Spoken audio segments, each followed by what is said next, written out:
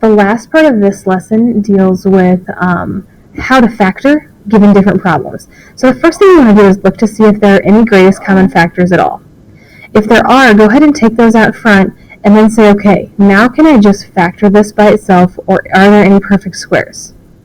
If there aren't any greatest common factors, look for perfect squares. If there aren't any perfect squares, go ahead and just factor like we normally do. So let's look at a couple different examples of this.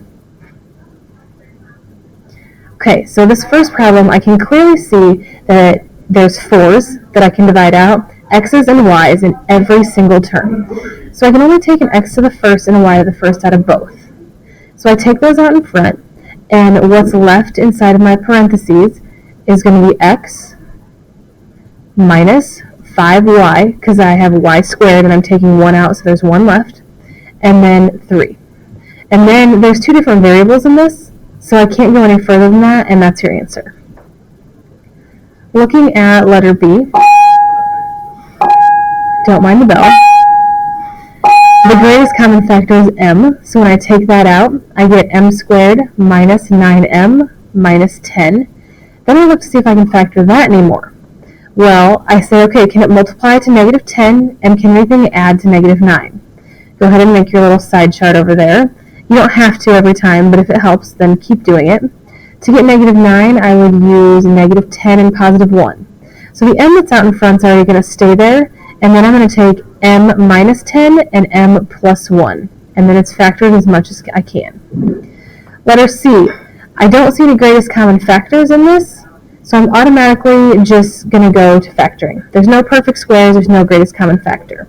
It's going to multiply to a times c, so negative 2 times negative 5, that's going to give me a positive 10. It's going to add to 11, so if you want to make your chart again, 1 and 10, 2 and 5.